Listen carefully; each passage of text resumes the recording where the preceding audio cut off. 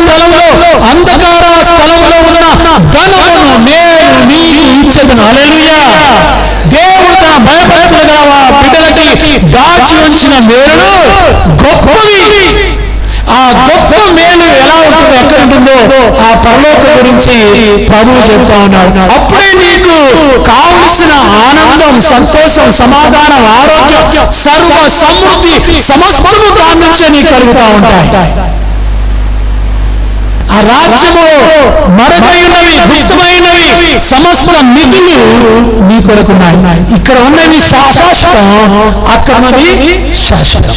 ఎక్కడున్న ధనము కంటే అక్కడ ఉన్న పొలంలో ఉన్న ధనం గొప్పది.